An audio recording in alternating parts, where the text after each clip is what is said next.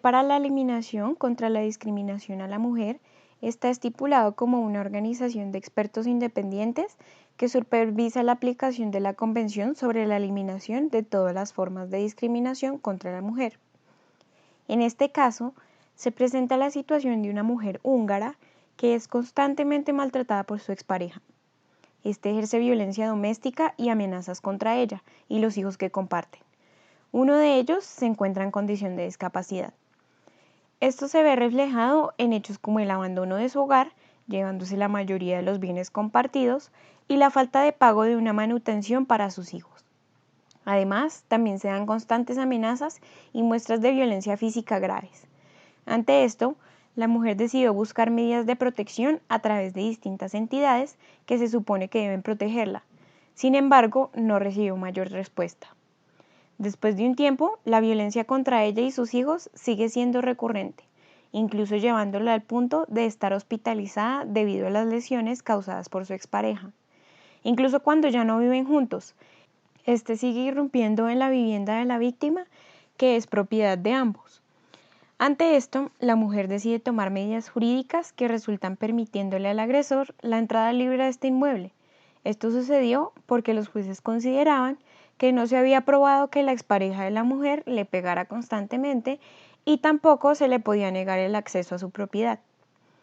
La mujer afirma que hay 2 procedimientos en curso contra su expareja por las lesiones causadas. Debido a todo esto, la mujer decide presentarse ante el Comité para la Eliminación de la Discriminación contra la Mujer.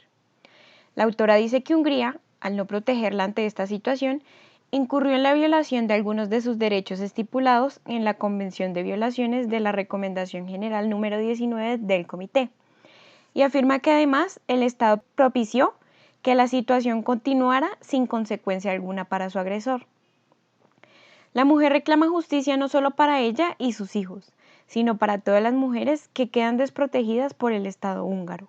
Más específicamente pide que se introduzca en el sistema legal una protección eficaz e inmediata para las víctimas de la violencia doméstica. También que se impartan programas de capacitación sobre las cuestiones de género y la Convención sobre la eliminación de todas las formas de discriminación contra la mujer, o el protocolo facultativo a jueces, fiscales, policía y abogados en ejercicio, entre otros.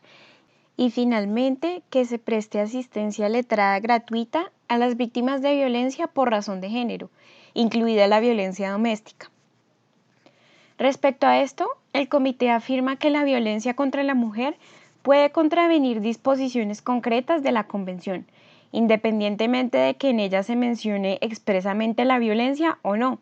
Y en cuanto a la responsabilidad de Estado, el comité establece que, de conformidad con la Convención, la discriminación no se limita a los actos cometidos por los gobiernos o en su nombre.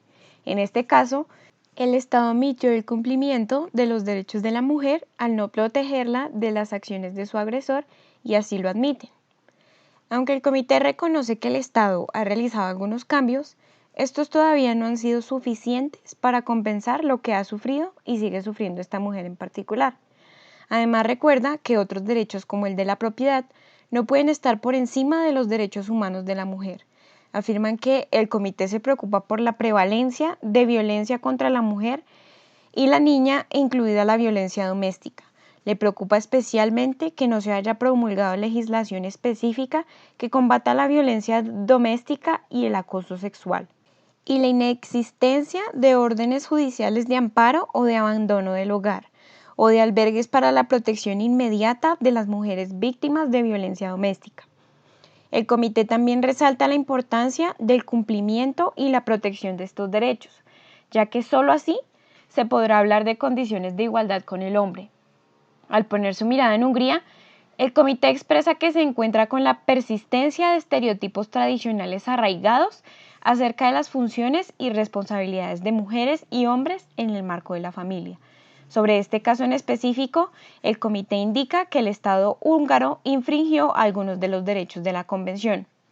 Teniendo en cuenta todo este caso, en un primer momento es importante abordar el concepto de género presente en toda esta situación.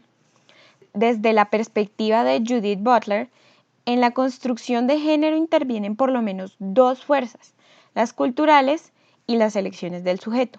Esto resulta interesante por la revisión que realizó el Comité de los Informes en Hungría, en la que las tradiciones sobre los roles que cumplen mujeres y hombres en la familia están muy arraigadas.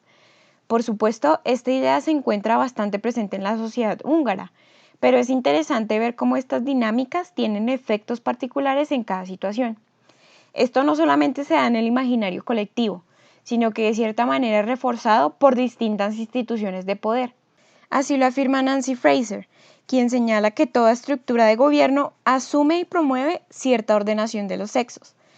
Esto, por supuesto, tiene efectos en la forma en la que las instituciones responden a estos casos de violencia contra la mujer, en muchos casos reforzando su condición de víctima. En este caso, la idea de poder del hombre sobre la mujer continuó incluso cuando estos ya no eran pareja. Era un ejercicio marcado por la idea de poder, ya que él siguió con su vida, pero no permitía que ella continuara con la suya y vulneraba constantemente sus derechos. En la Convención está estipulado que la violencia contra la mujer es una forma de discriminación que inhibe gravemente la capacidad de la mujer de gozar de derechos y libertades en pie de la igualdad con el hombre. Esto también contrasta con la idea de la figura paterna, ya que el hombre decidió abandonar a sus hijos y los amenazaba, dando una muestra de lucha desde una perspectiva feminista que surge durante los siglos XX y XXI, en la que se considera que la crianza de los hijos debe ser compartida. Al tener ciertos roles de género tan arraigados y presentes en la sociedad, es posible afirmar que el trasfondo de todo esto es la idea de tener el poder sobre esta mujer y sus hijos, de manera física, psicológica y económica. Además de esto, la mujer se vio revictimizada al no encontrar la protección debida en el Estado. Se hace evidente que la desigualdad y la violación de varios de los derechos estipulados en la Convención sobre la Eliminación de todas las formas de discriminación contra la mujer está presente en este caso. Entre estos se encuentran el derecho a no ser sometido a torturas o tratos o penas crueles, inhumanos o degradantes, el derecho a la libertad y la seguridad de las personas, el derecho a la protección igual de la ley, el derecho a la igualdad en familia, el derecho al nivel más alto posible de salud física y mental. En cierta medida, la labor del Estado reafirmaba esta desigualdad, poniendo incluso por encima de estos derechos que atañen a la humanidad de las personas, los derechos materiales del hombre acusado. En el artículo 1 de la Convención, incluye la violencia por razón de género, que es la violencia dirigida contra la mujer porque es mujer o que la afecta de forma desproporcionada. Este era un ejemplo claro de lo ocurrido.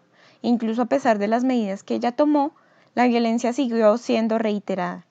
Si bien es cierto que con el paso del tiempo ha habido avances tanto legislativos como sociales, todavía es mucho lo que queda por hacer. Con el paso del tiempo se han reconocido nuevas formas de violencia y está más que claro que las entidades gubernamentales muchas veces se quedan cortas al hablar de proteger a las personas de la violencia de género. En el artículo 2 de la Convención se habla sobre esta problemática. Allí aseguran que es necesario que los estados adopten medidas adecuadas, legislativas y de otro carácter con las sanciones correspondientes que prohíben toda discriminación contra la mujer. En el caso húngaro estaba claro que no había un plan establecido que pudiera proteger a las mujeres víctimas de la violencia sexual y doméstica, incluso cuando éstas tienen necesidades particulares, como la mujer de este caso, quien no era aceptada en un albergue porque estos no contaban con los medios necesarios para resguardar al hijo en condición de discapacidad. Se hace necesario que las sociedades empiecen a gestionar planes de identificación, prevención y tratamiento de todo tipo de violencia contra la mujer, no solo en el caso húngaro, sino en todo el mundo. Cada vez se identifican más casos que traen consigo aristas debido a la gran variedad de contextos en los que se encuentran. No por esto pueden excusarse y revictimizar a quienes ya sufren. Además, es de gran importancia que las mujeres reciban una educación que les permita recurrir a las instancias necesarias para defenderse. En este caso en específico, en el que la mujer conocía más de un recurso para intentar defenderse, permitió la visibilidad de los problemas que tiene el Estado húngaro para garantizar la protección de sus ciudadanos y ciudadanas en ciertas ocasiones. Estas, por supuesto, tienen que ser efectivas, porque de nada sirve conocerlas si terminan beneficiando a los agresores y los agredidos se ven envueltos en una larga lista de acciones que terminan afectándolos aún más.